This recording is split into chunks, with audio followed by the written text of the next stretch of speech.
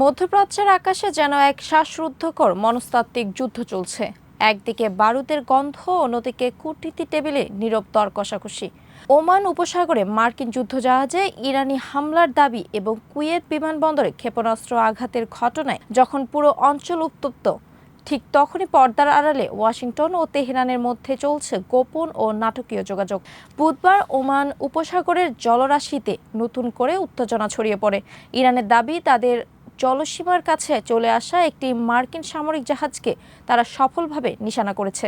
জাহাজটি মার্কিন বাহিনীর একটি কন্ট্রোল ও কমান্ড সেন্টার হিসেবে কাজ করছিল। তবে মার্কিন সেন্ট্রাল কমান্ড বা সেন্টকম দ্রুতই এ দাবি প্রত্যাখ্যান করে জানায়, এমন কোনো হামলার ঘটনা ঘটেনি। সমুদ্রের এই উত্তেজনা স্থলভাগেও ছড়িয়ে পড়েছে। কুয়েত আন্তর্জাতিক বিমানবন্দরে একাধিক ক্ষেপণাস্ত্র আঘাত হানার খবর সামনে আসে। এতে অন্তত একজন নিহত এবং প্রায় ৬০ জন আহত হওয়ার দাবি করা হয়েছে। বিমানবন্দরে একটি বড় অংশ ক্ষতিগ্রস্ত হয়েছে বলে জানা যায়।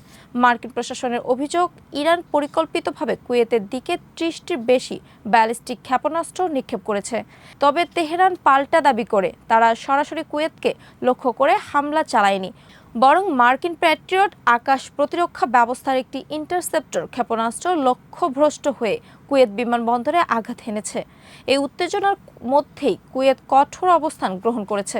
মার্কিন ক্ষেপণাস্ত্রের গতিবিধি ভিডিও ধারণ ও ছড়িয়ে দেওয়ার অভিযোগে কয়েকজনকে গ্রেফতার করা হয়েছে এবং কিছু ব্যক্তিকে দেশ থেকেও বহিষ্কার করা হয়েছে বলে জানা গেছে। অন্যদিকে যুদ্ধক্ষেত্রের বাইরেও চাপ বাড়ছে ওয়াশিংটনে। মার্কিন কংগ্রেসে হাউস ফরেন অ্যাফেয়ার্স কমিটির শীর্ষ ডেমোক্র্যাট সদস্য গ্রেগরি মিক্স পররাষ্ট্রমন্ত্রী মার্ক রুবিওকে কঠিন প্রশ্নের মুখে ফেলেন। তিনি জানতে চান, ইরানের বিরুদ্ধে সামরিক পদক্ষেপ নিলে মধ্যপ্রাচ্য মার্কিন মিত্র ও নাগরিকদের ওপর পাল্টা হামলার ঝুঁকি সম্পর্কে প্রেসিডেন্টকে সতর্ক করা হয়েছিল কিনা।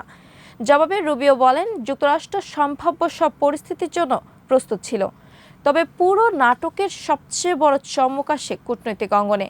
লেবাননে ইসরায়েলি অভিযানের প্রতিবাদে ইরান আলোচনার টেবিল ছেড়ে গেলেও দেশটির পররাষ্ট্রমন্ত্রী আব্বাস আরাকচি জানান, ওয়াশিংটনের সঙ্গে যোগাযোগ পুরোপুরি বিচ্ছিন্ন হয়নি। তার ভাষায়, দুই দেশের মধ্যে এখনও গোপনে বার্তা ও টেক্সট বিনিময় চলছে, যদিও এখন পর্যন্ত কোনো বড় অগ্রগতি অর্জিত হয়নি। এদিকে মার্কিন প্রেসিডেন্ট ডোনাল্ড ট্রাম্প দাবি করেছেন, ইরানের সঙ্গে একটি বড় ধরনের চুক্তি এখনও সম্ভব এবং তা হাতের নাগালেই রয়েছে। তবে যুক্তরাষ্ট্রের শর্ত স্পষ্ট, ইরানকে তাদের পরমাণু সমৃদ্ধকরণ কার্যক্রম এবং ব্যালিস্টিক ক্ষেপণাস্ত্র কর্মসূচি স্থায়ীভাবে বন্ধ করতে হবে। মার্কো রুবিওর দাবি, মার্কিন সামরিক অভিযান অপারেশন এপিক ফিউরি ইরানের ড্রোন ও ক্ষেপণাস্ত্র প্রতিরক্ষা ব্যবস্থাকে দুর্বল করে দিয়েছে এবং সেই চাপের কারণেই তেহরান আবার আলোচনার পথ খুঁজছে। তবে এই সংকটের চূড়ান্ত পরিণতি অনেকটাই নির্ভর করছে লেবাননের পরিস্থিতির ওপর।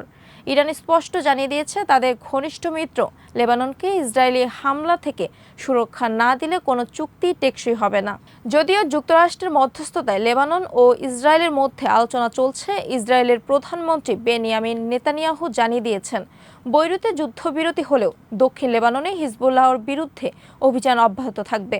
ফলে রক্তক্ষয়ী সংঘাত এবং শীতল কূটনীতির এই দ্বৈরথ শেষ পর্যন্ত কোন দিকে মোড় নেবে তা নিয়ে গোটা বিশ্বের দৃষ্টি এখন মধ্যপ্রাচ্যের দিকে নিবদ্ধ।